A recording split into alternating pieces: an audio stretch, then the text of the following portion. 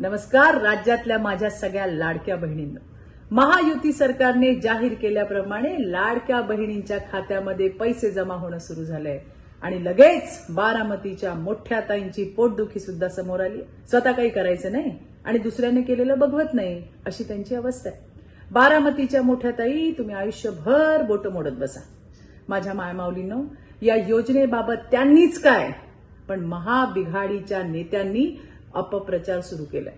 खरं तर या योजनेचं खुल्या मनाने, खुल्या दिलाने स्वागत करायला पाहिजे होतं. मात्र कोत्या मनाच्या लोकांनी आपली विकृत मनोवृत्ती जी आहे ती पुन्हा एकदा महाराष्ट्राला दाखवून दिली. भाजपच्या महिला प्रदेशाध्यक्षा चित्रा वाघ यांनी खासदार सुप्रिया सुळे यांना प्रत्युत्तर दिलंय.